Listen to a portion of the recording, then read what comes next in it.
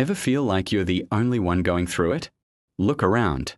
On this street, in this city, a million stories are unfolding right now. We walk past strangers every day, each one a universe of hopes, fears, and silent battles. Take Maria, a single mom, working 2 jobs, just to see her daughter smile. She's staring at a pile of bills tonight, wondering how she'll make it through the month. To her little girl, she's a superhero.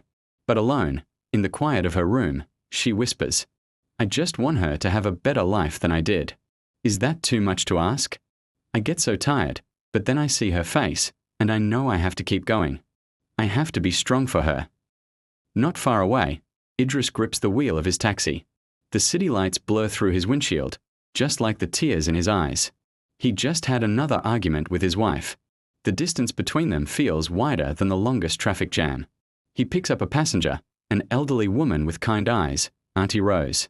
Sitting pretty at the back seat of the taxi, she notices his troubled expression. "A long night?" she asks gently. Idris sighs while driving, and said, "You have no idea. It feels like the more I try to fix things at home, the more they fall apart." Auntie Rose just smiles softly. ASND said to him, "Young man," she says, "a home is not built with hands, but with hearts. It takes patience. Sometimes, the quietest apologies are the loudest. Go home. Don't say a word. Just hold her hand.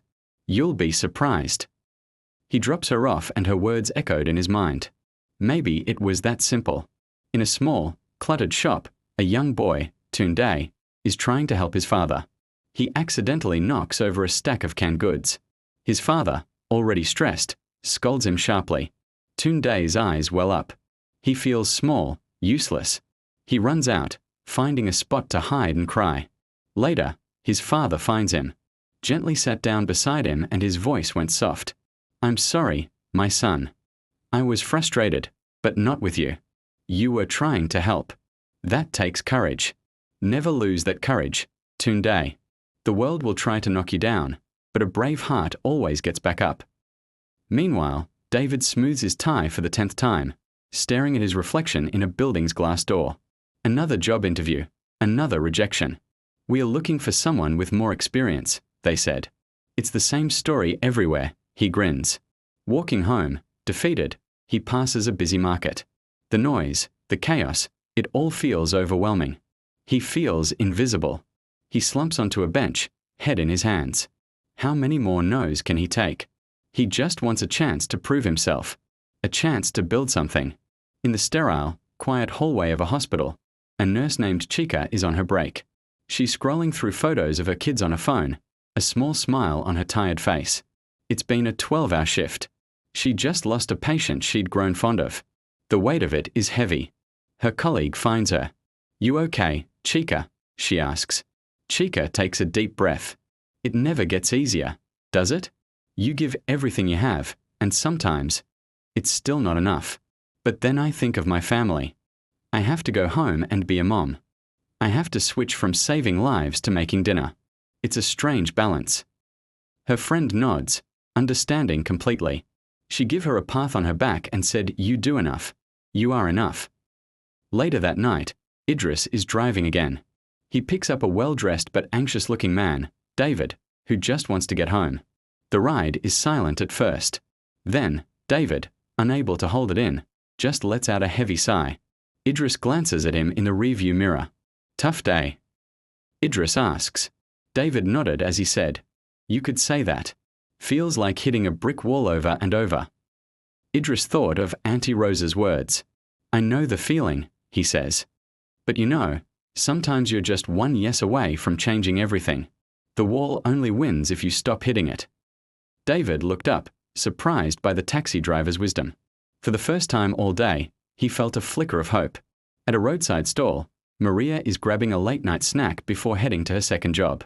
She sees a young boy, Tunde, using his pocket money to buy a small treat for his father. She smiles.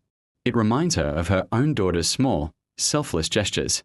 Life is hard, but these moments, these tiny acts of love, they're the fuel.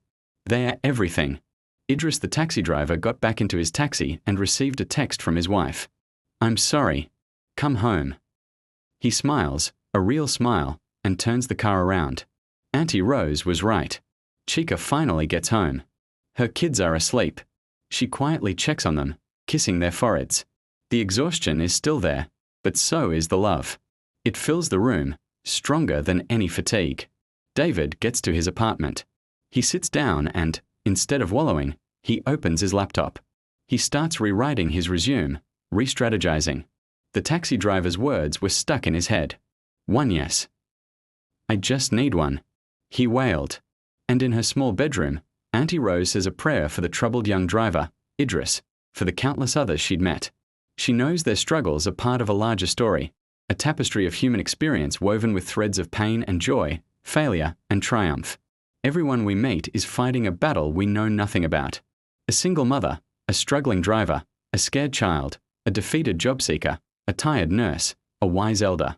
We are all just walking each other home, sharing pieces of our stories along the way.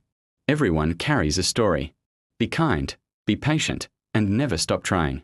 Thanks for watching. Like, comment, and subscribe to my channel for more stories that inspire.